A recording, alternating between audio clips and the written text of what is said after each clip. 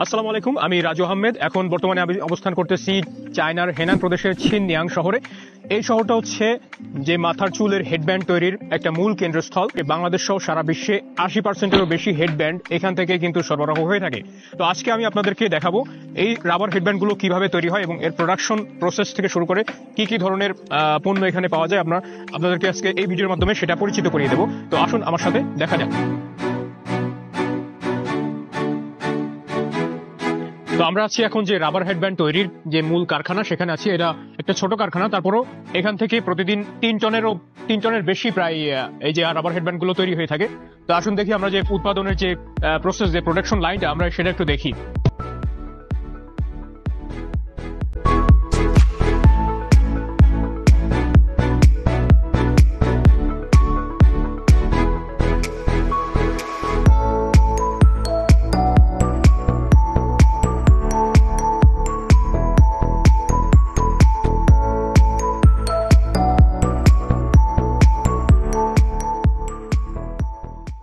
Production line থেকে যে রাবারটা বের হয় প্রথমে, সেটা হচ্ছে লম্বা ভাবে বের হয়। তারপর এখানে আসার পরে এই যে ওয়ার্কার যারা আছে তাদের মাধ্যমে এই ব্যান্ড গুলো, এগুলো হচ্ছে ব্যান্ড আকারে তৈরি হয় বা টুইস্টিং করা হয়।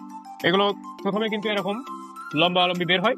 এরপরে এখান থেকে হচ্ছে এই ওয়ার্কারদের মাধ্যমে এটা একটা প্রসেসে এটা টুইস্টিং করা হয়। 这个之后直接一翻，它就成了嘛。得翻一下。 তো ওই মেশিন থেকে যে ম্যাটেরিয়ালটা বের হয় সেটা এখান থেকে এই যে কাটিং করার পরে এরকম একটা শেপে আসে। কিন্তু 然后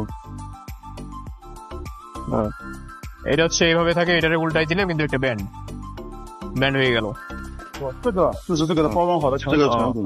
তো এখান থেকে যে এটা বের হয়, যে মেইন প্রোডাক্টটা বের হয়, এটার কিন্তু একটা কমপ্লিট প্রোডাক্ট, এই যে প্যাকিং করা এরকম এভাবে কিন্তু হয়ে যায়। এই মেশিন থেকে যে হেডব্যান্ডটা তৈরি হয়, কিন্তু এইটা হচ্ছে তার কমপ্লিট যে প্রোডাক্ট, এইটা হচ্ছে সেই হেডব্যান্ড। 这个是老的。 এবং এটা হচ্ছে这个是从哪里出来的？这个也是从这里面吗？这个是另外一台机器，和这个工序不一样。তো এটা হচ্ছে这个机器更麻烦。এই মেশিনটার প্রসেস একটু জটিল। এটা তো সহজ প্রসেসে তৈরি হয়, আর এটা হচ্ছে অন্য মেশিন গুলো যেটা ওইখানে অন্য মেশিন দিয়ে এই প্রোডাক্টটা তৈরি হয়। এটা একটু কঠিন, একটু জটিল প্রসেস। এটা হচ্ছে আবার অন্য টাইপের। এখানে এটা দিয়ে হচ্ছে যে গিটটা দিয়ে থাকে, এটার ভিতরে থাকে, যেটা দেখা যায় না বাইরে থেকে।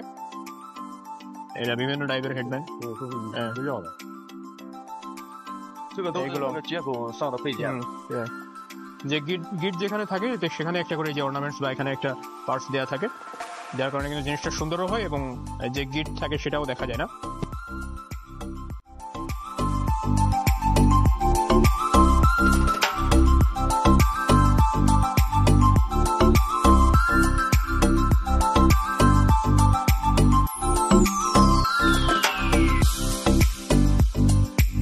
হচ্ছে ওদের যে প্যাকিং প্লেস, এখান থেকে প্যাকিং করা হয়।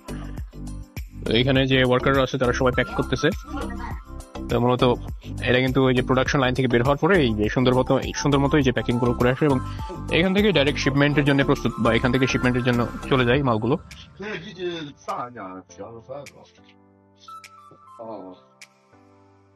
এটাও প্লাস্টিক, এটাও অন্য ধরনের।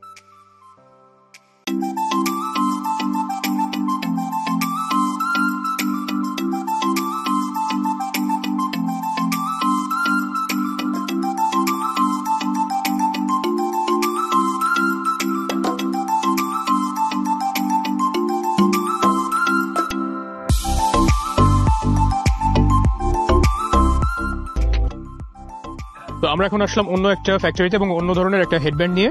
তো একটু আগে যেটা ছিল ওটা ছিল প্লাস্টিকের তৈরি হেডব্যান্ড, আর এটা কিন্তু কাপড়ের তৈরি হেডব্যান্ড গুলো, যেগুলো এখানে তৈরি করা হয়।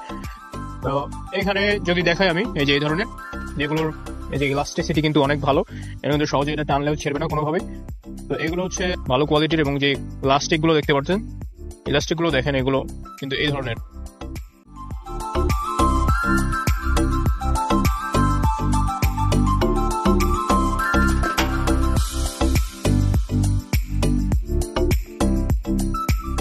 তো আমাদের আজকের এই রাবার হেডব্যান্ডের পরিচিতির ভিডিও এই পর্যন্তই। তো বাংলাদেশে যারা ব্যবসায়ীরা আছেন বা ইনভেস্টর যারা আছেন, যারা এই রাবার হেডব্যান্ড গুলো, এই প্রোডাক্ট গুলো নিতে চান, অথবা যে মেশিন গুলো আছে এগুলো যদি নেওয়ার আগ্রহী থাকেন, তাহলে আমাদের থাইয়াং ডেভেলপমেন্ট কোম্পানির সাথে যোগাযোগ করতে পারেন, যার ডিসক্রিপশনে আমরা ভিডিওর নিচে শো করা হবে। আপনারা কোম্পানির সাথে যোগাযোগ করে কিন্তু আপনারা এই প্রোডাক্ট গুলো পেয়ে যেতে পারেন।